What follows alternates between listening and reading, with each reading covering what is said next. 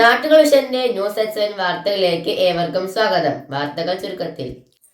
ഇനിയൊരു അപകട വാർത്ത.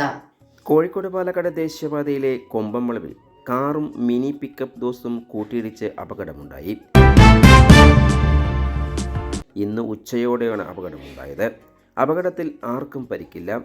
ഇവിടെ സ്ഥിരം അപകട മേഖലയായി മാറിയിട്ടുണ്ട്. കഴിഞ്ഞ ദിവസം കാറും നിയന്ത്രണം വിട്ട് മറിഞ്ഞിരുന്നു. ഇതിനു മുന്നേയും നിരവധി അപകടങ്ങൾ ഇവിടെ ഉണ്ടായിട്ടുണ്ട്.